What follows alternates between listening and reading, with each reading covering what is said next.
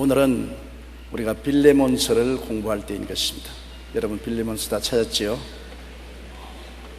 빌레몬서는 바울 선생이 골로새 지방의 큰 부자요 권세가 있는 성도로서 자기 집에 교회를 개척하고 있는 빌레몬에게 개인적인 서신인 것입니다. 교회에 쓴 서신이 아니고 개인에게 쓴 서신으로서 아마 바울 선생이 쓴 편지 중에 개인 빌레몬에게 쓴 개인 서신은 이것이 처음이요 마지막일 것입니다. 그런데 이 빌레몬서는 왜 적었냐 하면은 빌레몬의 집에 있던 종이 골로새에서 도망을 쳐서 로마로 갔다가 잡혀서 감옥에 들어갔는데 희한하게도 바울 선생이 갇힌 감옥에 같이 들어갔어요. 바울이 그 종을 잘 전도해 가지고서 회개시켜서 예수를 믿고 완전히 거듭난 사람이 되게 만들어 주셨습니다. 그래서 그 종을 다시 주인인 빌레몬에게 돌려보내면서 종을 잘 영접해서 이제는 종으로 생각하지 말고 한 형제로 생각하면서 돌보아 주라는 간곡한 부탁의 편지를 쓴 것이 빌레몬서인 것입니다. 우리 빌레몬서 인사를 읽어보십시다. 1장 1절요. 그리스도 예수를 위하여 갇힌 자된 바울과 및 형제 디모데는 우리의 사랑받는 자여 동역자인 빌레몬과 그리스도 예수를 위하여 갇힌 자된 바울과 및 형제 디모데. 전에는 바울 선생이 예수 그리스도의 종 바울이라고 말했지 예수 그리스도를 위하여 갇힌 자된 바울이라고 말하지 않았었습니다. 바울은 자기의 현 처지를 정확하게 표현하기 위해서 자기가 무슨 죄를 짓고 잘못해서 갇힌 것이 아니라 예수 그리스도의 복음을 전거하다가 그리스도의 영광 때문에 관에 잡혀 들어가서 갇힌 몸이 되었기 때문에 조금도 후회하거나 탄식할 필요가 없다는 것입니다. 하나님의 영광을 위한 고난은 정말 자랑스럽고 영광스러운 고난이 되는 것입니다. 이 세상에 두 가지 고난이 있어요. 자기가 죄를 짓고 당하는 고난이 있고 자기가 잘못해서 당하는 고난이 있고 아무 잘못도 없는데 예수 그리스도의 복음을 전가하다가 핍박을 받아 잡혀서 감옥에 들어가서 고난당하는 고난이 있는 것입니다. 자기 죄 때문에 당하는 고난은 그건 마땅하죠. 당해야 마땅하고 아무 영광도 없고 자랑할 것도 없는 것입니다. 그러나 예수 그리스도의 영광을 위해서 복음을 전하다가 잡혀 들어간 것은 잡혀 들어간 그 자체가 영광이요 하나님께서 기뻐하시고 우리가 자랑할 수 있는 귀한 역사인 것입니다. 바울 선생은 자기가 감옥에 들어간 것은 그리스도 예수를 위하여 갇혔다고 말한 것입니다. 그리스도의 복음 때문에 갇혔다. 그러므로 갇히는 것도 그리스도의 복음 때문에 갇히면 의미와 목적이 있는 것입니다. 우연히 갇힌 것이 아닙니다. 그리스도의 복음을 전파하다가 갇힌 것은 감옥에 들어감으로 말미암아 그리스도의 복음이 더 창달될 수 있는 기회가 있기 때문에 그런 것입니다. 주님께서는 쓸데없는 일을 하지 않습니다. 사는 것도 주님 위해서 살면 하나님이 다 가치 있는 삶을 예비해 놓았고 죽는 것도 주님을 위해서 죽으면 가치 있는 죽음을 갖게 만들어 주시는 것입니다. 살아도 나를 위해 살지 않고 죽어도 나를 위해서 죽지 않는 삶, 이것이 우리 크리스찬들이 배워야 될 삶인 것입니다. 바울 선생이 로마의 감옥에 들어갔지 않았다면 빌레몬 집에서 도망온 종을 만날 수 없을 것이며 그를 전도해서 복음을 전하여 변화되게 만들 수 없었을 것이며 빌레몬서라는 성경을 적어서 세세토록 우리가 읽고 은혜와 감동을 받도록 하지 못했을 것입니다. 그때 바울 선생은 왜 감옥에 들어간지는 몰라도 예수 그리스도를 위해서 감옥에 들어갔다고 말한 것입니다. 예수님의 목적을 위해서. 그런데 바울은 사람이기 때문에 내일 일을 모르지 않습니까? 그러나 하나님은 바울을 통해서 오늘날 우리들을 위해서 바울을 감옥에 넣은 것입니다. 바울이 안 그러면 빌레몬서를 적을 택이 없어요. 빌레몬서라는 주옥 같은 하나님의 말씀을 적은 것은 감옥에 들어갔기 때문에 적은 것이요. 그러므로 하나님은 다 계획이 있어서 바울로 하여금 로마의 감옥에 들어가게 만들어 주는 것입니다. 그러므로 여러분, 우리가 당하는 여러 가지 시험과 환난을 즉시 눈으로 볼 때는 왜 이런 일이 생긴지 우리 몰라요. 그러나 우리가 하나 아는 것은 하나님을 사랑하는 자 곧 그 뜻대로 부르심을 입은 자들에게는 모든 것이 합동하여 선을 이룬다는 것을 알아야 되는 것입니다. 우리가 어떠한 환경이라도 예수 믿는 사람은 환경을 보고 사는 것이 아니라 하나님을 바라보고 사는 것입니다. 하나님 안에서 생각하고 하나님 안에서 꿈꾸고 하나님 안에서 믿고 하나님 안에서 말하는 것이지, 환경을 따라 생각하고 환경을 따라 꿈꾸고 환경을 따라 믿었다고 환경을 따라 부정적으로 말하고 긍정적으로 말하고 이러면 안 되는 것입니다. 우리는 하나님을 항상 바라보고 하나님 영광을 위해서 살아야 되는 것입니다. 그러므로 바울 선생은 이번에는 특별히 예수 그리스도를 위해서 갇혔다는 것입니다. 예수님이 당신의 사업을 하기 위해서 바울로 하여금 너 감옥에 잠시 들어가시라, 그렇게 말씀하신 것입니다. 그래서 감옥에서 빌레몬의 종을 만났고 그를 회개시켜 구원시켰고 빌레몬서라는 아름다운 편지를 빌레몬에게 써서 보낼 수가 있는 것입니다. 그리스도 예수를 위하여 갇힌 자 된 바울과 및 형제 디모데는 우리의 사랑을 받는 자여 동력자인 빌레몬은 굉장히 바울과 디모데의 사랑을 받는 자였을 것입니다. 골로새에 있는 분으로서 그는 헌세도 있고 돈도 있는 사람이었습니다. 바울이 에베소의 두란노 서원에서 복음을 전가할 때 그 복음을 듣고 회개한 사람인 것입니다. 그러므로 에베소에서 구원받고 그 다음에는 고향인 골로새에 가서 자기 집에 교회를 세워서 정말 주님을 위해서 신실하게 일하는 사람이 빌레몬이었습니다. 요 사이도 권세 있고 돈 있는 사람이 예수님을 잘 믿고 집에 교회를 세울 정도가 된 사람은 별로 많지 않습니다. 되게 어렵고 고통스러운 사람들이 예수를 믿게 되고 하나님을 섬기게 되지, 부자가 천국에 들어가는 것은 힘이 든 것입니다. 왜냐하면 부자는 돈을 의지하고 현세를 의지하고 자기를 의지하기 때문에 하나님을 바라보지 않습니다. 그런데도 불구하고 빌레몬은 권세도 있고 돈도 있는 사람인데 자기를 의지하지 않고 돈을 의지하지 않고 현세를 의지하지 않고 하나님을 바라보고 주님 사업에 힘쓰니 얼마나 아름답고 사랑스러운지요. 그래서 바울이 디모데와 함께 우리의 사랑을 받는 자요 동력자인 빌레몬에게 우리와 함께 똑같이 예수를 전하는 빌레몬에게 편지한 것입니다. 2절요. 자매 아비아와 우리와 함께 병사된 아키포와 내 집에 있는 교회에 편지하노니. 자매 아비아는 말할 필요 없이 빌레몬의 집에 사는 자매이기 때문에 빌레몬의 아내인 것입니다. 빌레몬 목사의 아내가 바로 아키포였고, 그 다음에 그 집에 있는 교회를 목회하는 아비아는 빌레몬의 아내였고, 우리와 함께 병사된 아키포는 아무래도 그 아들인 것 같습니다. 빌레몬은 그 아내 아비아와 사이에서 아키포라는 아들을 낳았고, 그 아들도 신실한 신앙이 있어서 집에서 교회를 개척한 것으로 추정이 되는 것입니다.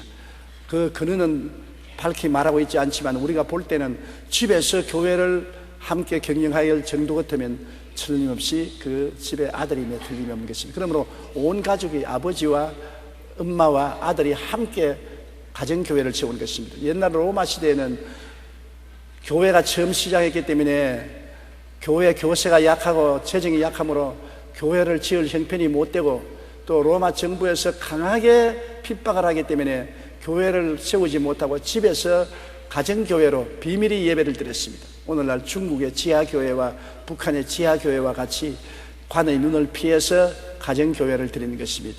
이 가정교회가 오늘날 우리 구역 예배의 시조가 되는 것입니다. 저는 서대문 때 1964년도에 구역 예배를 시작한 것은 무슨 정부의 핍박이 있어 그런 것도 아니고 어디 교회가 없어서 그런 것도 아니었습니다.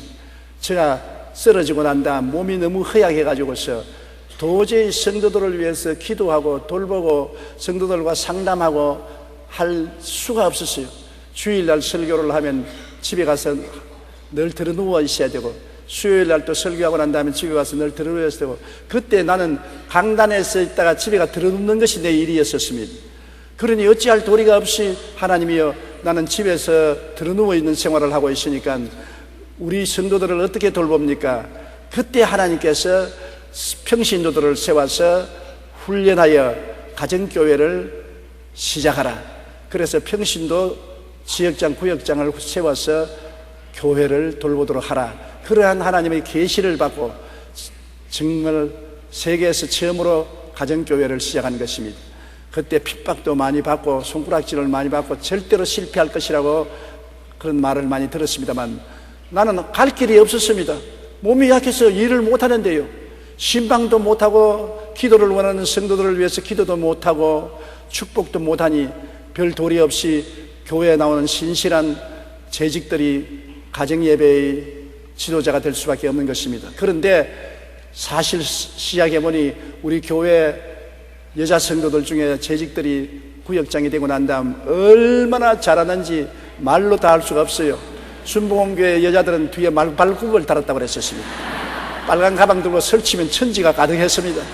신방도 잘하고 전도도 잘하고 병자 위한 기도도 잘하고 카운셀링도 잘하고, 그래서 교회가 순식간에 수없이 자라나는데, 저는 너무 몸이 약해서 교회가 자라난 것을 즐길 수가 없었어요. 왜냐하면 강단에서는 안 넘어지려고 강단을 부여잡고 땀을 흘리면서 설교를 해야 되었습니다. 옛날에는 젊을 때는 이야기는 안 했지만 이제 제가 늙었으니까 마음대로 옛날 이야기를 하는데, 나는 속으로 극심한 고통을 당하면서도 겉으로는 안 그런 체 하고서 설교를 하려니까 얼마나 괴롭습니까? 하나님의 능력에만 의지하고 교회가 커지는 것조차 느낄 수가 없을 정도였습니다. 그러나 우리 지역장, 구역장들이 힘을 합쳐서 열심으로 전도하고 기도해서 성령 받게 하고 교회에 충성하게 만들어 주었기 때문에 교회가 조직이 되고 왕성하게 되고 발전해서 여의도까지 나오게 되고, 오늘날 또 한 가지입니다. 우리 교회가 자랑하는 것은 평신도들이 저와 함께 목회에 참여한다는 것입니다. 평신도 교역자들인 바로 지역장, 구역장들이 아니면 오늘날 우리 교회가 현재 위치를 확보할 수도 없을 것이고 장래도 예언할 수 없는 것입니다. 오늘날 목회는 성직자만 하는 것이 아닙니다. 성직자는 평신도들을 훈련하고 가르쳐서 평신도들이 교회를 세우도록 해야 되는 것입니다. 교역자가 하나님 말씀을 전하고 목회를 하는 것을 전담을 하고 꽉 쥐고 안 내놓으면 안 돼요. 평신도들과 함께 짐을 지고 나가야 되는 것입니다. 그러면 교회가 왕성하게 자라갈 수가 있는 것입니다. 나는 여러분 중에 지역장, 구역장 되신 여러분을 너무나 감사하게 생각하는 것은, 여러분이 함께 주의 사업을 걸머쥐고 하나님 영광을 위해서 일하는 것이 얼마나 감사한 일이고 또 보람된 일입니다. 예수 그리스도를 내가 믿고 왔다 갔다 나만 구원받는 것이 아니라 내가 받은 은혜를 다른 사람에게 나눈다는 것은 얼마나 영광스러운 일인 것입니까? 진짜로 주의 사업 아닙니까? 진짜로 예수 그리스도의 종을 대신해서 일한다는 것은 정말 가치 있고 귀한 일인 것입니다.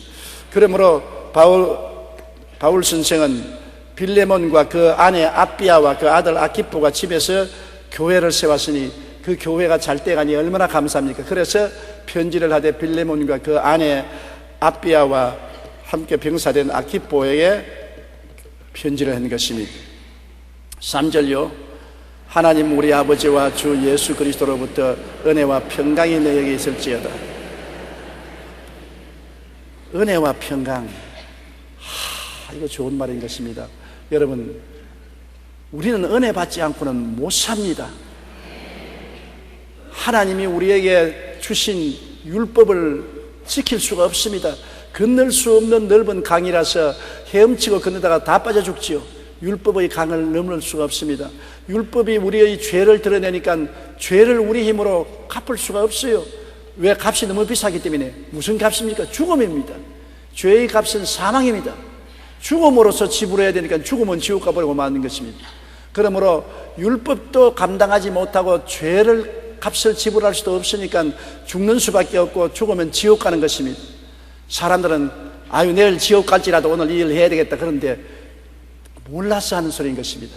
제가 한번 주일 지옥에 대한 설교를 하겠습니다. 하나님이 얼마 동안 제가 지옥에 가볼 수 있도록 허락을 했는데 도저히 필설로 희용했습니다. 오금이 떨리고 뼈가 녹습니다. 정말로 지옥 갈 바에는 안 태어나는 것이 100번 좋습니다. 태어난 것은 절망입니다. 지옥에 갈 바에 안 태어나는 것입니다. 이 세상에 아무리 부귀영화 공명을 다 누렸다 하더라도 지옥 가면은 절단합니다. 지옥에는 시간이 중지된 곳입니다. 우리같이 한 달이 지나고 몇 년이 오고 세월이 지나면 변하겠지, 그게는 세월이 없습니다. 시간이 정지된 것입니다. 한번 고통 속에 빠지면 영원히 고통 속에 있는 것입니다. 희망이라고는 눈꼽만치도 없고 내일에 대한 기대가 전혀 없습니다. 그 고통은 밖에서 오는 고통이 아닌 것입니다. 뭐 불이 뜨겁다, 뭐 밖에서 삶이 고통스럽다, 이건 형용에 불과하고 그 고통이 존재적인 속에서 일어나는 것입니다. 속에서 지옥불이 타는 것입니다. 피할 수가 없어요. 밖에서 불 붙는 것 같으면 몸을 움츠리고 피할 수 있지만은 지옥불이 속에서 타오르는 것입니다. 암담합니다. 아이고, 겁이 나서 말도 못해. 주님께서 얼마 동안 저에게 구경시켜 주시는데 겁이 나서 말도 못해. 너무너무 고통스러워. 아예 죽는 것이 더 좋은데 가장 고통스러운 것은 죽을 수 없는 것이 지옥입니다. 죽으면 100번 편하지요. 안 죽어지니까 그것이 더 기가 막힌 일인 것입니다. 내가 자세한 것은 나중에 주일날 설교할 때 한번 말씀해 드리겠습니다만, 여기 오신 여러분, 예수 믿은 게 얼마나 다행인 줄 압니까? 지옥을 안 가야 돼요. 그런데 안 갈 수가 없는 것은 우리가 율법을 못 지키고 죄의 값을 지불하지 못하니 죽어서 지옥 갈 수밖에 없는데, 이를 건져준 분이 예수 그리스도의 은혜인 것입니다. 아버지께서 우리를 불쌍히 여기사 아들 예수님을 보내셔서 우리 죄의 빚을 대신 갚아주신 것입니다. 우리가 못 갚으니까 주님이 대신 갚아주죠. 우리가 백화점에서 물건을 샀는데 갚을 돈이 없어서 물건을 가져갈 수 없을 때 이웃이 와서 대신 돈을 내주면 우리가 가져갈 수 있는 것처럼, 우리가 죄의 값을 지불 못하고 다 지옥으로 곤두박질 칠 수밖에 없는데 하나님의 아들 예수님이 오셔서 죽음으로 대신 갚아주셨습니다. 그게 은혜입니다. 우리는 할 수 없는데 예수님은 할 수 있으니까 몸짓고 피를 흘려 우리 대신 죄값을 갚아주심으로 예수 믿고 죄에서 해방되고 율법에서 해방되고 사망에서 해방되고 지옥에서 해방돼서 하나님의 영광 속에 들어갈 수 있게 된 것이니, 이거 얼마나 감사한지 말로 다 할 수가 없어요. 여러분, 이스라엘 백성이 자기들 힘으로는 홍해수를 건너지 못합니다. 넘실거리는 홍해수를 건너갈 도리가 없어요. 헤엄쳐도 못 건너가고 배도 없는 것입니다. 어떻게 건너갑니까? 하나님이 은혜를 베풀어서 길을 내주셨기 때문에 건너간 것입니다. 하나님이 은혜를 내주시지 않고 인간 힘으로 못 건너가는 것이, 이스라엘이 건너가고 난 다음에 애굽 사람들이 뒤따라올 때는 물이 덮여버리고 마는 것입니다. 은혜를 받지 않으면 물이 덮여버리고 말아요. 다 빠져 죽어요. 하나님의 은혜는 예수 그리스도의 십자가인 것입니다. 하나님의 은혜를 통해서 죄를 지었음에도 불구하고 못났음에도 불구하고 버림을 받아야 마땅함에도 불구하고 주님이 은혜가 우리를 확 덮어가지고 씻어주시고 율법의 정죄와 죄와 죽음과 지옥에서 건져주는 것입니다. 그러므로 오늘 예수 믿는 사람들은 은혜를 받아 예수 믿는 것입니다. 하나님 아들 예수님을 믿는 것은 은혜입니다. 순전히 하나님의 공짜로 축복을 주시는 것입니다. 은혜를 받았기 때문에 평강이 마음이 편안해지는 것입니다. 은혜 없으면 불안과 초조와 절망입니다. 지옥은요, 소금치듯 하리라고 성경에도 말하지 않습니까? 우리 가을에 시골에서는 변론이 누렇게 배가 익었을 때 고관하게 이 고기 잡는 그걸 통발이라 그러는데 그걸 갖다 뜯어놓으면 미꾸라지가 아침에 되면 가득 차여요. 논에서 나온 미꾸라지를 통발에다가 가득 집에 오면 집에 우리 어머님께서 미꾸라지에다가 소금을 탁 쳐서 호박 잎 사이로 삭삭삭 문질러 버립니다. 내가 가만히 내려다보면 미꾸라지가 막 소금에다가 비린내 없어지라고 호박 잎 사이로 문질렀으니까 막 따가워서 막 야단 법석을 칩니다.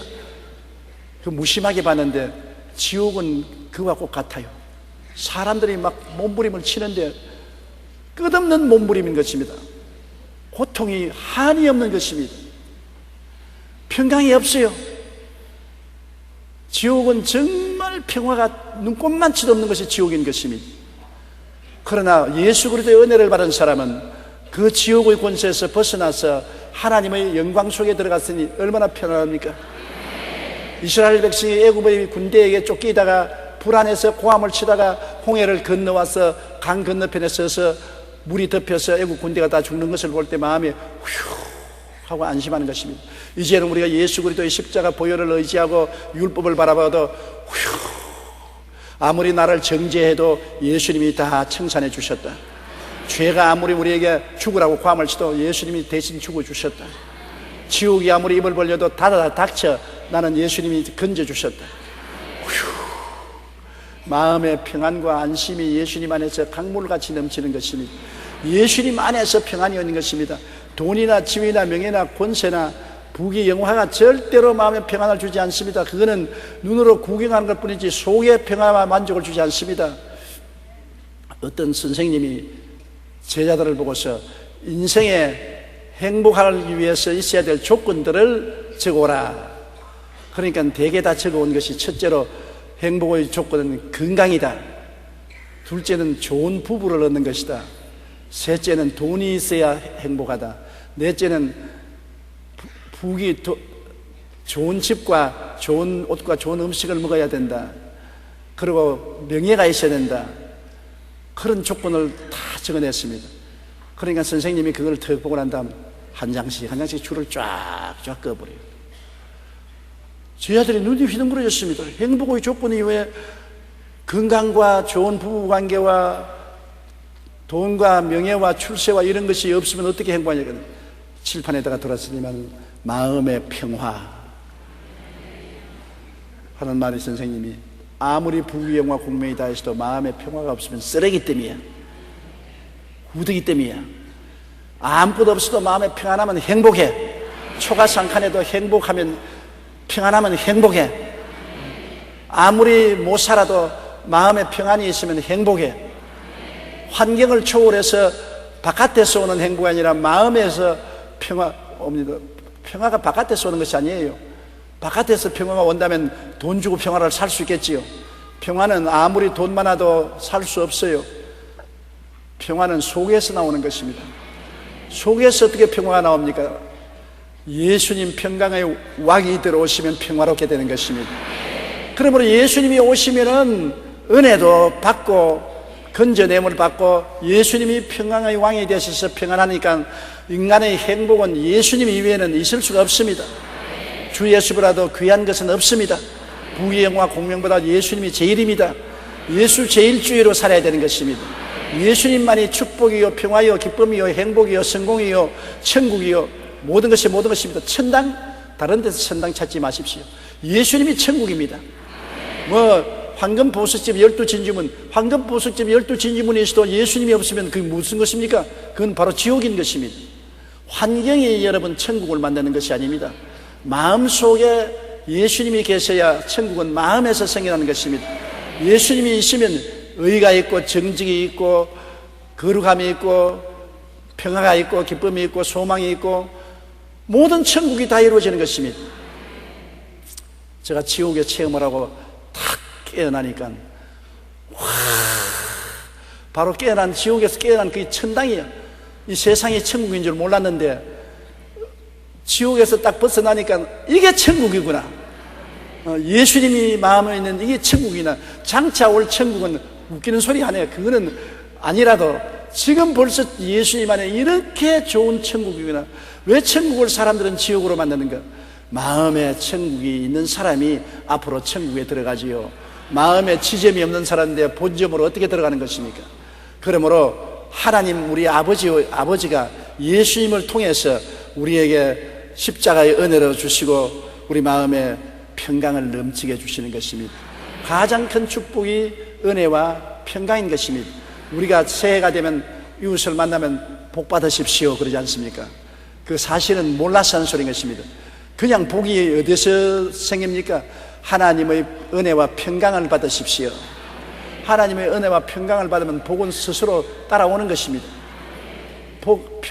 은혜 받고 평안하면 축복이 스스로 따라오는 것은 마음이 평안하고 마음이 치료받은 사람은 몸도 건강해지고 가와 만산석이라고 평안하면 모든 것이 잘 이루어지는 것입니다. 그러므로 꼭 잊지 마세요. 아버지 하나님과 예수 그리스도를 통해서만이 은혜와 평강이 우리에게 주어지는 것입니다. 그 다음 4절요. 내가 항상 내 하나님께 감사하고 기도할 때 너를 말하면 바울 선생이 기도할 제목이 많지 않습니까? 항상 하나님께 감사하고 기도할 때마다 너를 말한다는 것은 우리가 기도할 때 먼저 감사할 줄 알아야 되는 것입니다.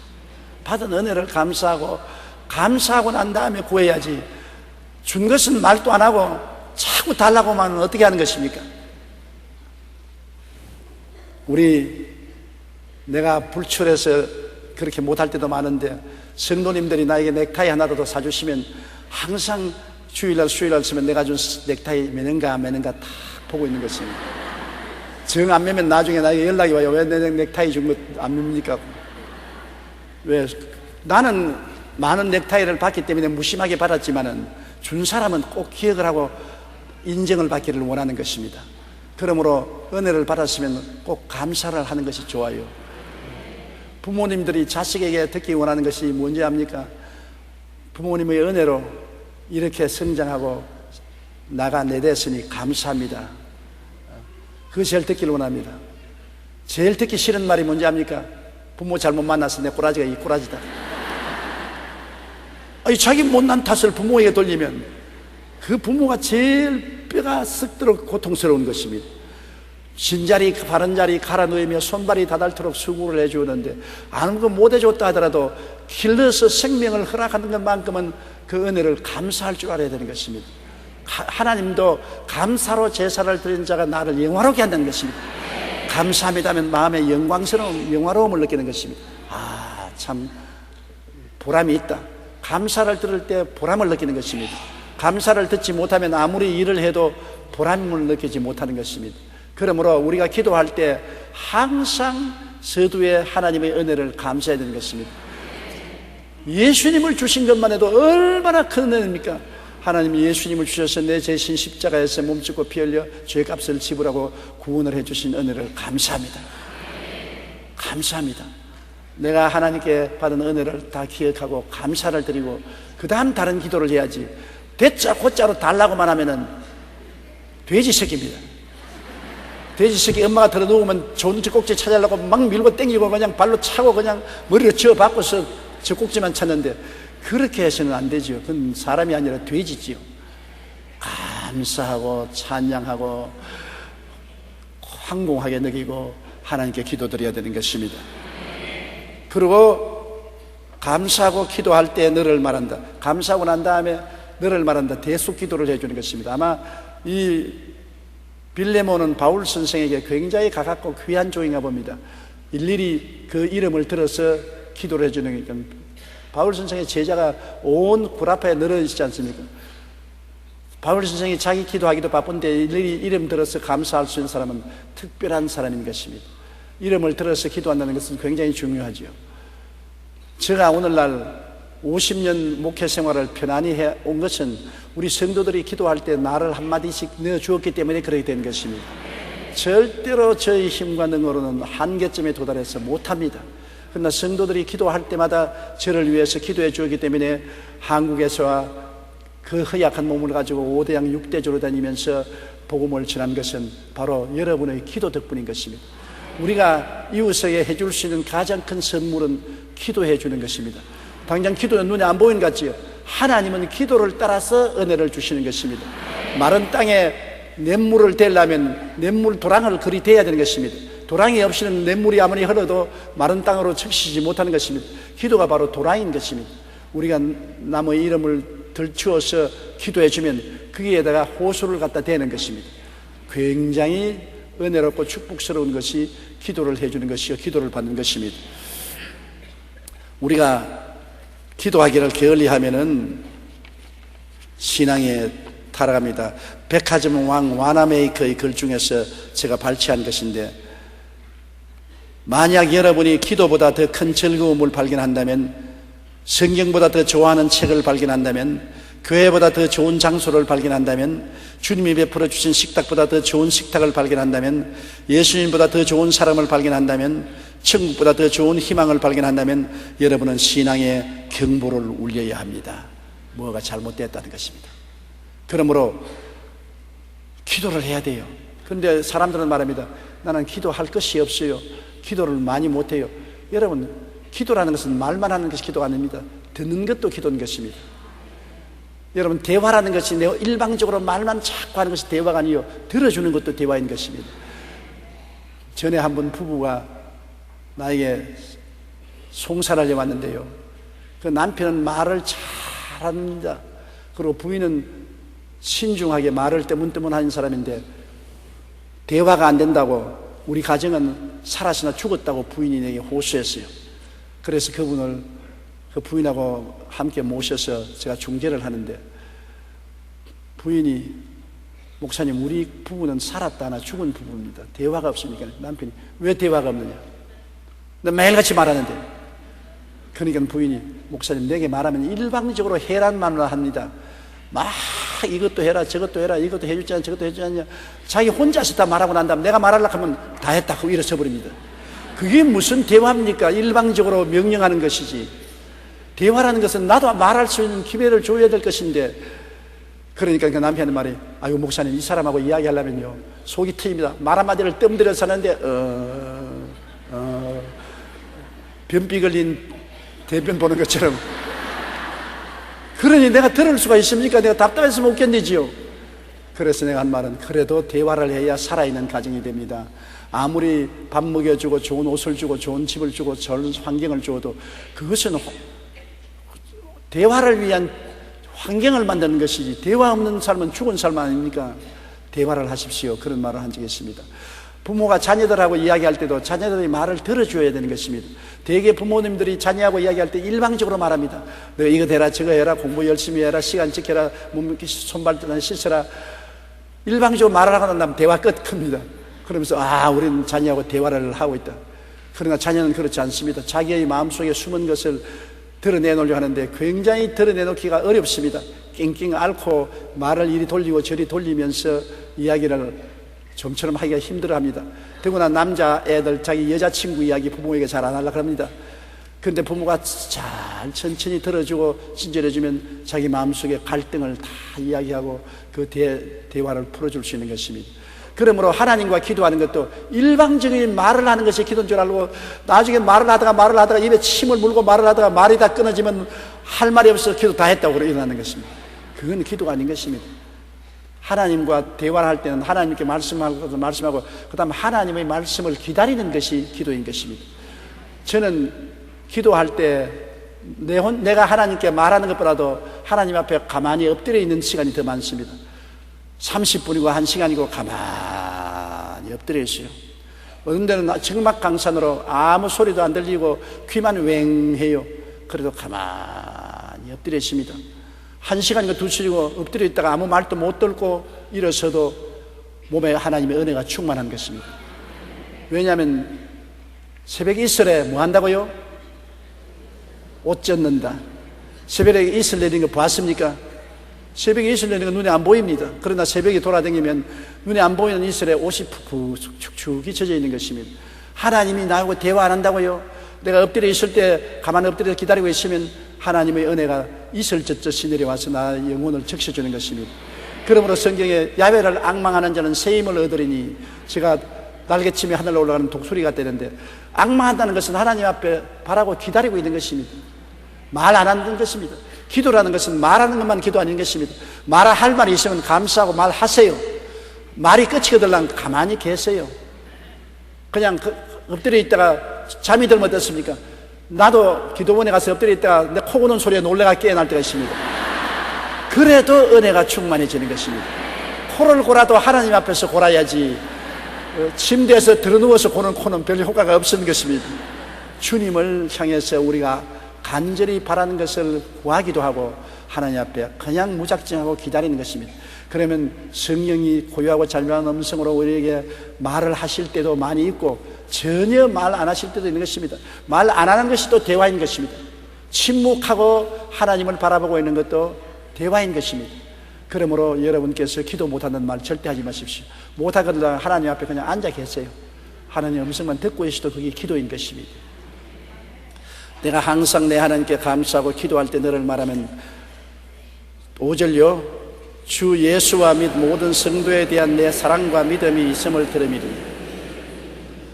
이게 신앙의 열매인 것입니다. 신앙의 열매는 여러분 첫째는 하나님께로 향한 것이고 둘째는 이웃에 향한 것입니다. 성경에는 내 마음을 다하고 뜻을 다하고 정성을 다하고 목숨을 다하여 주 내 하나님을 사랑하고, 둘째는 내 이웃을 내 몸같이 사랑하라. 이것이 신앙의 핵심인 것입니다. 우리가 하나님을 사랑하면 하나님 예배하고 찬미하기 위해서 모이기를 등한히 하지 않습니다. 우리가 주님 앞에 모이기를 등한히 하면은 하나님 사랑하지 않습니다. 여러분 아들, 딸이 연애하는 것 가만히 보세요. 몸이 피곤해서 고달퍼서 못 견디는데도 밤늦게 좀 만나자고 전화하면 화닥닥 일어나서 옷을 쥐어 입고 눈을 비비고 뛰어나가는 것입니다. 그러나 사랑하지 않은 사람이 밤에 만나고 전화하면 밤중에 뭘 전화를 걸어, 피곤해서 못 견디는데 내일 대낮에 만나자, 그러면은 삭수와 노란 것입니다. 그래서 여러분, 애인을 진짜 애인인지 아닌지 알아보려면 밤이나 새벽녘에 전화를 하세요. 전화를 해서 나 지금 급한 일인데 좀 만나면 좋겠는데 어떻게 하겠어요? 아니 지금 새벽이야, 지금 자는데 왜 깨워? 나중에 아침밥 먹고 보자. 그러면 삭수와 노랗다 해 집어치워버려요. 굿바이. 그래야 되는 것이. 그 삭수와 노래요. 밤중이나 새벽녘에 한잠 잘 때라도 만나자 하면 불이 나게 일어나서 옷을 쥐어 입고 넥타이를 거꾸로 메고 나오더라도, 나오면 이 진짜 나를 사랑하는구나, 테스트가 그런 것입니다. 만나야 되는 것입니다. 안 만나 주는데 무슨 사랑을 하는 것입니까? 하나님을 사랑한다고 하면서 주일날도 안 나오고 시간이 있는데도 불구하고 수요일날도 안 나오고 구역 예배도 안 나오면 그게 뭡니까? 아예 사랑하면 미친 듯이 만나려고 하는 것입니다. 못 만나려 하면 담을 뛰어넘고 지붕에서 기어 내려오더라도 만나는 것입니다. 그러므로 성경에는 너희가 그날이 올수록 모이기를 패하지 말라고 말하는 것입니다. 우리는 모여야 하나님의 은혜를 받을 수가 있는 것입니다. 모이면 살고 흩어지면 죽습니다. 장작불도 함께 모아놓으면 불이 잘 타는데 흩어놓으면 꺼지잖아요. 한 성도가 교회를 잘 나오다가 교회를 안 나와서 목사님이 신방을 가니까 추운 겨울인데 난로를 피워놓고 석탄이 활활 타고 있는데, 왜 집사님이 교회 열심히 나오다가 안 오십니까? 그러니까 교회가 그저간히 오래 다녔는데 막 사람 만나기가 귀찮고 시끄럽고 잔소리가 너무 많아서 나는 집에서 성경 읽고 고요히 신앙생활 하니까 좀 내버려 주십시오, 목사님. 아, 그래요? 그러면서 목사님이 집게를 가지고서 석탄 화로 속에 석탄 한 덩이를 드러내서 붉은 석탄을 밖에 내놓고 보니까 가만히 보시니까, 그 집사님도 가만히 보고, 목사님 왜 그 석탄 덩어리를 봅니까? 보세요, 집사님. 이게 저 화로 속에 있을 때는 벌겋게 활활 달았는데 끄집어내니까 지금 연기가 나면서 시커멓게 식어 들어가지 않습니까? 지금 조금만 더 시간이 지나면 차디찬 돌멩이로 변할 것입니다. 집사님이 지금 같은 신앙을 가진 것은 교회에 활활 타는 불꽃 속에 들어있기 때문에 타지, 집사님 신앙으로 만족하다고 나와가서 따로 있으면 얼마 전에 이 석탄 한 덩어리처럼 식어버리고 나중에는 냉담해지고 마는 것입니다. 거기에서 그 집사님이 크게 회개하고 깨닫고 다시 교회에 나오게 되었다는 이야기를 읽어본 적이 있는 것입니다. 신앙은 내 혼자 힘으로 안 돼요. 서로 밀어주고 땡겨주는 것입니다. 교회는 원래 시끄러운 것입니다. 사람들 모였는데 안 시끄러운 거 봤어요? 안 시끄러운 데 가려면 공동묘지에 가면 안 시끄러운 데 가는 것입니다. 아주 조용해요. 굉장히 많이 모여도 조용해요. 조용한 교회는 죽은 사람들이 많기 때문에 조용하지요. 살아있는 사람이 있는 것이면 서로 시끄럽습니다. 서로 사람이 다 인격이 다르고 얼굴이 다르듯이 성격이 다르니까 서로 좋아도 되고 부딪히기도 하고 그런 거예요. 가정도 안 가진 것입니다. 젊을 때는 로맨틱하게 살지만은 좀 세월이 지나면은 그게 그 남편이고 그게 그 아내 아닙니까? 좀 부딪히더라도 인생이 이것이라고 하고 살아야 되는 것입니다. 아유, 내가 부딪히고 내 마음에 안 맞으니까 때리 치아 뿌리고 또 새로 갈아보자. 끝이 없는 것입니다. 인생은 살아보면 지혜가 생기는 것은 어떤 일이 생겨도 이게 다 인생이다. 부부간에 다투면 이것이 인생이다. 아이고, 이놈은 팔자, 내 팔자야, 개 팔자다. 이놈은 뭐 저런 남편을 만나가지고서 뭐 저런 여자를 만나서 이런 고생하는, 그렇게 말하면 안 됩니다. 이게 인생이다. 인생이란 이렇게 만나기도 하고 저렇게 만나기도 하고 이렇게 싸우기도 하고 저렇게 싸우기도 하고 그것을 수용하고 그저 살아나가는 것이 인생이다. 그렇게 생각하면 마음이 편안해지는 것입니다. 왜 이런 일이 생기냐? 이런 일이 생길 수도 있다. 그럴 수도 있다. 긍정적으로 받아들이면 인생을 다 긍정적으로 살 수 있는 것입니다. 왜 자꾸 질문을 하고 부정적으로 인생을 살면 언제나 마음에 고깝고 괴롭고 탄식스러운 것입니다. 모든 것을 내 팔자라고 생각하십시오. 여러분이 자식이 부모를 괴롭힙니까? 왜 나무 자식은 안 괴롭히는데 내 자식은 이 모양이냐? 그러면 고통스럽지 않습니까? 내 팔자다. 하나님이 내가 태어날 때부터 내게 준 팔자로 주신 것이다. 십자가로 주신 것이니 내가 메고 가야지. 주님도 십자가 걸면서 내게 십자가 없으려고. 다른 사람은 다른 사람 팔자가 있고 난 내 팔자가 있는데 왜 나를 다른 사람과 비교해? 이건 내 몫에 태인 십자가라고 생각하면 마음이 편안해지는 것입니다. 나는 텔레비에 보고 마음에 크게 감동을 느낀 것은 어떤 시골에 할머니가 다 찌그러진 집에 사는데 세 아들이 다 지체장애, 정신장애예요. 맏아들도 온몸이 다 비틀어지고 둘째 아들도 밥도 옳게 못 먹고 셋째 아들도 눈을 치키고 정신장애입니다. 어머니는 70이 넘은 할머니입니다. 머리가 백발이 되었습니다. 그런데도 불구하고 그 어머니가 애들 대변 수발도 다 들고 밥 지어서 먹이고 그저 빨래해주고 그리고 텔레비 인터뷰하는 기자가 와서 물으니까 불행하다는 말을 한마디도 안 해요. 그저 걱정하는 것은 내가 살아있을 때는 이 자식들을 다 돌봐줄 수 있는데 내가 죽고 나면은 쟤들을 불쌍해서 어떻게 했냐. 내가 그래서 나이가 늙었지만 눈을 못 감는다. 보통 때 같으면 원망하고 불평하고 탄식하고 아이고 내 팔자야 나는 왜 이랬습니까? 남편도 없는데 세 자식이 왜 이렇게 다 불구로 태어났습니까? 아이고 하나님도 무심하지 나는 이럴 수가 있습니까? 그러면 그 할머니 얼마나 있으면 죽었을 것입니다. 그 세 아들이 다 불구자인데 그걸 십자가로 생각하고 남과 비교도 안 하고 이게 내가 인생에 태어나서 해야 될 마땅한 일이라고 생각하고 받아들이는 것입니다. 운명을 거역하면 가시를 찔립니다. 운명을 받아들여야 되십니다. 내게 속한 운명이니 내가 짊어지고 가겠다. 예수님이 십자가 거역하지 않았습니다. 십자가에 매달려서 부활을 가져온 것입니다. 매달려야 부활이 오는 것입니다. 운명을 받아들이고 그래도 그 안에서 감사하면 부활이 다가오는 것입니다. 나는 그 할머니를 도와주려고 사람까지 파견해서 지금 동장하고 인원하고 있습니다. 너무나 어려운 환경에도 자기 생활에 불평하고 원망하지 않고 묵묵히 인생을 이룰 수도 있다. 이게 인생이다. 내게 된 십자가다. 그러고 나가는 그 인생이 정말로 올바르게 인생을 사는 것입니다. 그러므로 우리가 모여야 돼요. 하나님을 사랑하면 내가 시간을 낼 수 있는 대로 최대한 노력으로 모여야 되는 것입니다. 하나님 위해서 낸 시간은 나중에 일일이 보답이 되지만은 하나님 섬길 수 있는 시간을 빼서 나를 위해서 쓰면은 일일이 그 시간이 나에게 저주가 되고 고통으로 돌아가고 마는 것입니다. 그러므로 하나님 사랑하면 모여야 되고 또 하나님을 사랑하면 물질을 아낌없이 드려야 되는 것입니다. 여러분 사랑하는 사람에게 뭘 다 줘도 아깝지 않아요. 아깝지 않지 않아요. 사랑한다면서 아까우면 고장이 좀 난 것입니다. 남편이 있는데 부인이 여보 나 돈 좀 그러면 얼마야?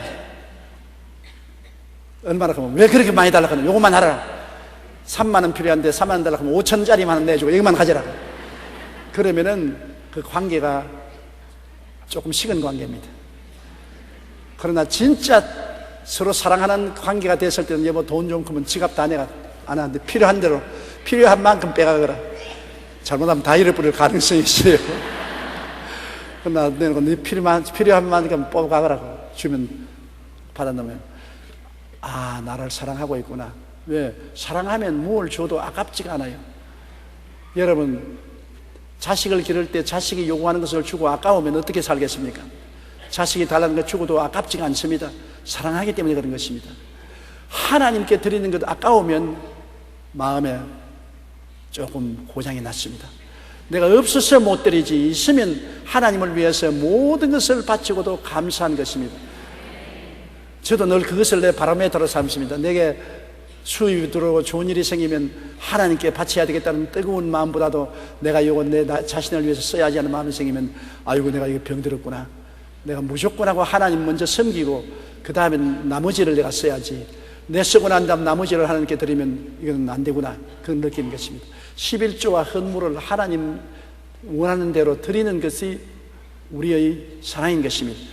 주님께서는 많이 드린다고 좋아하는 것 아닙니다. 없는데 어떻게 많이 드려요? 내가 할 수 있는 한도 내에서 있는 것 중에서 드리는 것이지요. 아무것도 없으면 몸 바쳐 시간 들여 봉사할 수 있지 않습니까? 그러므로 내가 있는 것을 가지고 드리는 것이지 없는 것을 빚내어서 드리라는 말은 안 하는 것입니다. 사랑이라는 것은 아낌없이 드리는 것을 말하는 것입니다. 그리고 하나님을 사랑하면 하나님의 말씀에 귀를 기울이고 하나님과 대화하기를 원하는 것입니다. 말씀 읽고 기도하기를 즐거워하는 것이 하나님의 사랑하는 것이고, 그 다음에 남에게 만날 때마다 하나님을 자랑하는 것입니다. 사랑하면 자랑해요. 전도 열심히 하는 것. 그래서 교회 모이기를 패하지 아니하고 하나님께 11조와 헌물 드리기를 아까워하지 아니하고 하나님과 대화하고 하나님 말씀 듣기를 즐거워하고 복음 전하기인데 헌신 봉사할 수 있는 이러한 것들이 사랑이 증명되는 것입니다. 사랑이란 증명돼야 돼요. 입술로만 사랑합니다 사랑합니다 해도 증명되지 않은 사랑은 헛소리인 것입니다. 하나님이 세상을 이처럼 사랑하사 어떻게 했다고요? 그래서 증명되었죠. 독생자를 주심으로 하나님의 사랑이 진짜인 줄 증명되었지, 하나님이 이 세상을 이처럼 사랑하사 그 독생자를 안 주었으면 증명되지 않은 사랑이요, 텅 빈 사랑이지요. 그러므로 사랑은 하나님께 우리가 모든 것을 드리는 것이고, 또 이웃을 사랑하는 것도 그렇습니다. 이웃을 사랑하는 것은 우리가 입술로만 사랑하면 아무것도 아니에요. 추운데 뜨뜻하게 옷 입으시오, 배고픈데 밥 튼튼히 먹으십시오, 저녁에 잘 때 안 춥도록 이불 단단히 덮고 자시오, 그렇게 말만 하고 안 도와주면 그건 무슨 사랑입니까? 제가 금년 5월에 원로 목사가 되면은 사랑과 행복 나누기를 하겠다는 것은 우리가 참으로 이웃을 사랑하면 우리가 느끼는 행복을 있는 그대로 나누자는 것입니다. 뭐 큰 일을 하자고 하는 건 아닙니다. 사람들은 자꾸 뭘 하자 하면 막 기상천외로 큰 일을 벌린 줄 아는데 그렇지 않고 바로 내 이웃의 사랑과 행복을 나누자. 그럼 이웃은 누굽니까? 여러분 남편이 이웃이고 여러분 아내가 이웃이고 여러분 자식이 이웃 아닙니까? 너무 먼데 생각하지 마십시오. 내 아내에게 사랑과 행복을 나누자. 전에는 너무 세상 돈벌이 한다고 관심이 없었는데 내 아내에게 좀 더 관심을 가지고 사랑과 행복을 나누면서 살자. 내 남편에게 좀 더 내 사랑을 나누면서 살자. 자식들에게 좀 더 관심을 가지고 사랑과 행복을 나누면서 살자. 이게 실천인 것입니다. 그러고 난 다음부터 시작해서 넓히는 것입니다. 네, 바로 이웃에 헐벗고 굶주리고 가난한 사람 시와 때를 따라서 연탄이라도 한 장 사주고 변또밥이라도 하나 갖다 주고 옷가지라도 하나 나누면서 사랑합니다. 그게 사랑인 것입니다. 입술로서 사랑하지 말고 입으로 사랑하는 것인데, 제가 사랑과 행복 나누기 운동을 하자는 것은 물론 교회적으로 자금을 들여서 큰 일도 해야 되겠지만은 그것은 나아가면서 하나님이 축복을 해주는 데 따라서 할 것이고, 처음부터 우리가 개인적으로 가정에서부터 사랑과 행복의 나누기 캠페인을 하자는 것입니다. 너무 우리 오늘날 가정에 사랑과 행복이 없습니다. 그냥 모여서 사는 기숙사 생활이지 진실로 가슴을 열어놓고 따뜻한 사랑과 행복을 나누는 것이 사라졌기 때문에 가정에서부터 사랑과 행복 나누기 운동을 하겠다고 마음에 결심을 해야 되는 것입니다. 결심을 안 하면 안 돼요. 이제부터 난 이렇게 살아야 되겠다고 마음에 결심하고 아예 적어서 벽에다 붙여놓고 나는 지금부터 사랑과 행복을 나누겠다, 그렇게 결심을 해야 실천이 되지, 결심을 안 하면 실천이 안 되는 것입니다. 그래서 이런 캠페인부터 제가 벌일 작정인 것입니다. 그래서 우리가 이웃을 사랑한다는 것은 사랑과 행복을 실제로 나누면 이웃을 사랑하는 것이 되지, 말로만 이웃을 사랑한다는 것은 안 되는 것입니다. 거창스럽게 하려고 생각하지 말고 힘에 붙이면 대로, 내 힘 닿는 대로 하자는 것입니다. 힘이 못할 것을 하라는 것은 아닙니다. 그런 부담을 가지는 말아요. 내가 할 수 있는 일을 안 하면 그건 나쁘지요. 못할 일을 하라고 한다면 부담이 되는 것입니다. 그런데 여기에 빌레몬은 주 예수 및 모든 성도에 대한 사랑과 믿음이 있음을 들음이라. 소문이 났어요. 빌레몬 그 권세도 많고 돈 많은 부자인데 어떤 사람이 와도 차별하지 않는다. 헐벗고 굶주린 사람에게 빈손 들고 돌려보내지 않는다. 다 뭐라도 하나 손에 쥐어서 보낸다. 정말 그분은 예수님의 사랑을 실천하고 예수님 믿음을 실천한 사람이다. 그렇게 소문이 났으니 바울이 들을 때 그 제자가 그렇게 한다니까 얼마나 기쁘고 좋은 일인 거지. 우리 한국 교회가 부흥이 중지된 이유는 한국 교회는 성경에 말하는 강도 만난 사람처럼 세상이 다 강도 만나 헐벗고 굶주리고 고통을 당할 때 우리는 교회에서 제사장 노릇은 잘했습니다. 예배 드리는 것은 잘하고 또 레위인 좋은 교회 짓고 좋은 성가대 만들고 강단을 아름답게 꾸미고 그 다음에 이자도 호화롭게 하고 이런 것은 잘하는데 이웃에 있는 강도 만난 사람은 내버려 놓았었습니다. 그건 우리 생각할 건 아니다. 우리도 하나님만 예배 드리면 되겠지 뭐 교회만 잘 돌보면 되겠지. 이웃에 헐벗고 굶주리고 죽든지 말든지 무슨 상관이야. 이웃을 버렸습니다. 이웃을 버렸기 때문에 이웃도 우리를 버린 것입니다. 오늘 예수 믿는 사람이 교회를 보고 우리가 무슨 관심이냐. 자기끼리 모여서 찬송 부르고 자기끼리 모여서 예배드리고 자기끼리 춤추고 야단인데 우리가 무슨 상관이냐. 함께 예배드리고 함께 즐거워하고 함께 춤출 수 있어야 되는 것입니다. 그러므로 우리 한국 교회가 다시 크게 성장하려면 이웃과 사랑과 행복 나누기 운동을 해야 되는 것입니다. 강도 만난 사람을 위로하고 첨해주고 돌봐주는 것입니다. 사마리아인 정말 거지와 비슷합니다. 사막을 방황하는 사마리아인이 뭐가 있습니까?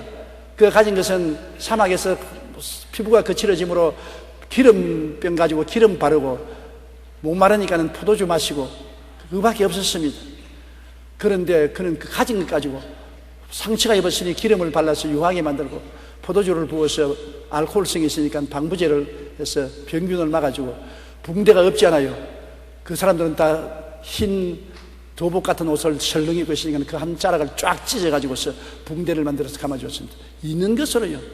그 가난한 중에도 자기 있는 것으로 돌봐주니까 이것이 예수님의 마음을 감동시켰으며 하나님의 마음을 감동시켜서 세세토록 성경에 기록해 놓은 것입니다. 선한 사마리아인. 그러므로 우리도 그런 선한 사마리아인이 될 수가 있는 것입니다. 크게 어렵게 생각하지 마십시오. 사랑과 행복을 나누는 것은 지극히 적은 것을 가지고서 큰 일을 이룰 수가 있는 것입니다. 6절요. 이로써 내 믿음의 교제가 우리 가운데 있는 선을 알게 하고 그리스도에 이르도록 역사하느니라. 믿음의 교제입니다. 여러분, 믿음이라는 것은 교제를 통해서 점점 나아지는 것입니다. 내가 잘 믿는 사람하고 친구를 사귀면 내 믿음도 좋아지는 것입니다. 부정적인 사람하고 친구가 되면 나도 부정적인 사람이 되는 것입니다. 사랑 많은 사람하고 친구가 되면 나도 사랑을 하게 되는 것입니다. 우리는 교제를 통해서 우리가 만들어져 가는 것입니다. 오늘날 대개 훌륭한 신앙을 가진 자녀들은 훌륭한 신앙을 가진 부모님들 설하에서 태어나는 것입니다. 교제라는 것은 굉장히 중요하지요. 그렇기 때문에 믿음의 교제는 활발하게 해야 되는 것입니다. 그런데 언제나 잘 믿는 사람, 긍정적인 사람, 성공한 사람하고 교제해야지 잘못 믿는 사람, 원망과 불평하는 사람, 실패하고 패배한 사람하고 교제하면 백패하고 백해무익한 것입니다. 바울 선생은 이 빌레몬이 좋은 믿음의 교제를 해서 빌레몬과 기첩하는 사람마다 전부 다 영혼이 잘 되고 범사에 잘 되며 강건하고 생명을 넘치게 얻는 은혜 속에 들어가기 때문에 믿음의 교제가 함께 있어가지고서 하나님이 얼마나 선하다는 것을 나타내는 것입니다. 하나님의 선하심과 인자하심을 빌레몬의 믿음의 교제를 통해서 사람들이 체험하게 한 것입니다. 하나님은 눈에 안 보이잖아요. 하나님 믿는 사람을 통해서 나타나잖아요. 빌레몬과 믿음을 교제를 하면은 야, 하나님은 참 사랑의 하나님이구나. 하나님은 선한 하나님이구나. 좋은 하나님이구나. 그것을 빌레몬을 통해서 깨닫게 해줬다는 것을 바울 선생은 그걸 칭찬하는 것입니다. 누구하고 빌레몬하고 붙여놓으면 전부 감동을 받고 변화를 받고 하나님을 알게 되고 하나님, 좋은 하나님 것을 깨닫게 된다는 것입니다. 그게 믿음의 교제이겠습니다. 저 사람에게 사람만 붙여놓으면 다 망한다. 그럼 큰일 나죠. 좋은 지역장, 좋은 구역장을 만난다는 것은 얼마나 좋은지 몰라요. 좋은 지역장, 좋은 구역장을 만나면 식은 신앙이 확 살아일어나고 뜨거운 열정이 생겨나는 것입니다. 그러나 게으르고 못난 지역장, 구역장을 만나면은 열심히 있던 사람도 다 게을러져가지고서 침을 질질 흘리면서 낮잠이나 자고 완전히 신앙에 낭패하게 만들어주는 것입니다. 누구와 교제하느냐가 하나님의 선하심을 우리가 깨달을 수 있느냐 없느냐의 관건이 되는 것입니다. 이로써 내 믿음의 교제가 우리 가운데 있는 선을, 하나님의 좋은 은혜를 알게 하고 그리스도에 이르도록 역사하느니라. 점점 더 신앙이 자라게 만들어주는 것입니다. 7절요. 형제여 성도들의 마음이 너로 말미암아 평안함을 얻었으니 내가 너의 사랑으로 많은 기쁨과 위로를 받는노라. 여러분, 이 세상에 살면서요, 사람을 만나면 편안한 사람이 있고 만나면 마음이 고통스러운 사람이 있습니다. 그런 사람들 있지요. 내가 가만히 오랜 세월을 살아보고 50년 목회를 보니까 이혼하는 사람들의 대다수가 마음이 안 맞아서 이혼해요. 다른 것보다도 경제적인 이유도 있고 도덕적인 이유도 있겠지만 거의 부부간에 서로 마음이 안 맞아서 이혼을 하는데 가만히 들어보면 서로 만나가 편안하지 않아요. 남편은 아내 만나면 가시방석에 앉은 것이 마음이 안 편해요. 마음이 괴로워요. 그리고 아내도 남편 보면 아주 미광스러워요. 그런 아내의 이야기를 들으면 남편이 밥 먹고 김치 씹는데 와삭와삭하는 그 소리조차 듣기 싫다는 것입니다. 밥 먹고 김치 씹는 소리조차 듣기 싫으니까 어떻게 같이 살겠습니까? 그러니까 둘이가 부딪히면 소리가 나고 깨어지는 것입니다. 평안. 그러면 그런 사람들은 다 깨어져야지요. 그렇지가 않아요. 고칠 수 있는 길이 있습니다. 예수 믿으면 고쳐지는 것입니다. 서로 가시방석이 되어도 예수님이 오셔서 그 막강한 보혈의 능력과 성령의 역사가 임하면 그러함에도 불구하고 와삭와삭한 거 듣기 싫음에도 불구하고 또 사랑하게 되는 것입니다. 미움에도 불구하고 인내할 수 있게 되는 것입니다. 예수 사랑이 그렇게 좋은 것입니다. 예수 사랑 없이는 인간의 힘으로는 모두 다 한계점에 부딪히고 어찌할 도리가 없어요. 오라 나는 공고한 사람이라도 이 사망의 문동에서 누가 나를 건져내랴. 인간으로서 한계점에 도달하지라도 예수님이 오면은 그리스도의 능력으로 내게 능력 주시지 안에서 모든 것을 할 수 있다고 말하는 것입니다. 그러므로 성도들이 이 빌레몬만 만나면 마음이 평안함을 얻습니다. 그런 주의 종을 만난 성도들은 좋잖아요. 여러분 목사를 만나면 만나자마자 마음이 편안해집니다. 목사님이 인자와 긍휼이 충만하고 용서와 사랑이 넘쳐납니다. 그러나 목사가 탁 삼심지를 하고서 늘 비단이나 하고 율법적으로 심판이나 하고 판단이나 하고 주여받고 돈이나 내려고 손만 잡고 내밀고 이러면 목사 만나는 것이 겁이 철컥 나는 것입니다. 저도 내 제자들을 만날 때 어떤 제자는 이름만 들어도 마음이 즐거워요. 아, 제가 오면은 큰 위로가 되고 평안이 된다. 아니, 이게 아니라 걔가 오면 큰 위로가 되고 평안이 돼요. 그러나 어떤 사람은 이름을 들으면 아이고, 제가 또 왜 오노? 오늘 또 골치 아프겠구나. 벌써 이름만 들어도 마음이 덜컥 내려앉는데, 아니, 이게 아니라 오면은 그냥 이것도 좀 도와달라, 저것도 도와달라, 이것도 없다, 저것도 없다, 못 살겠다, 목회 못 하겠다, 그런 소리를 입에 발린 듯이 하는 것입니다. 그러므로 사람을 잘 만나는 것 얼마나 좋은지요. 좋은 목사 만나고 좋은 지역장 만나고 좋은 구역장 만나서 마음에 평안을 줄 수 있으면 얼마나 좋은지 몰라요. 그러니까 하나님께 늘 기도하기를 하나님 좋은 사람 만나게 해 주시옵소서. 평안을 갖다 주는 사람 만나게 해 주시옵소서. 요사이 젊은이들은 서로 만날 때 인물 좋고 가문 좋고 돈 많은 것을 먼저 선두로 찾는데 아닙니다. 서로 만나서 마음이 편안하게 해주는 사람을 만나야 되는 것입니다. 교육도 받지 못하고 돈도 없고 가문도 좋지 않더라도 정말 마음에 평안을 줄 수 있는 사람이면 잠자는 호수같이 저 사람을 만나면 마음이 편안해진다. 얼굴만 쳐다보다 마음이 편안해진다. 그러면 짝이 맞은, 궁합이 맞은 좋은 사람인 것입니다. 반드시 인물이 좋다고 평안한 건 아닙니다. 호박 같아도 편안한 여자가 있어요. 얼굴이 호박 같아도 쳐다보면 편안한 여자가 있고, 얼굴이 양귀비 같아도 아유 독사 같고 그냥 칼날 같은 여자들이 있어요. 그 속아 넘어가면 안 돼요. 마음에 편안한 남자도 아주 잘생기고 아주 육체미가 있고 남자답다고 해서 좋다고 하면 큰일 나요. 좀 육체미도 사라지고 빼빼하더라도 만나서 마음이 편안하면 그게 좋은 것입니다. 이 세상에 가장 귀한 보물이 평안인 것입니다. 평안 이상 좋은 것은 없는 것입니다. 그런데 이 빌레몬은 성도들의 마음이 평안하게 되고, 또 내가 너희 사랑으로 많은 기쁨과 위로를 받노라. 빌레몬의 사랑, 바울 선생이 감옥에 갇혔을 때 그를 위해서 기도하고 물질도 보내주고 사람도 보내고 돌봐주는 그 사랑으로 말미암아 마음에 기쁨과 위로가 다가오는 것입니다.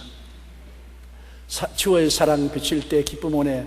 근심 걱정 물러가고 기쁨 오네. 사랑을 받으면 기쁘고 마음에 평안해지는 것입니다.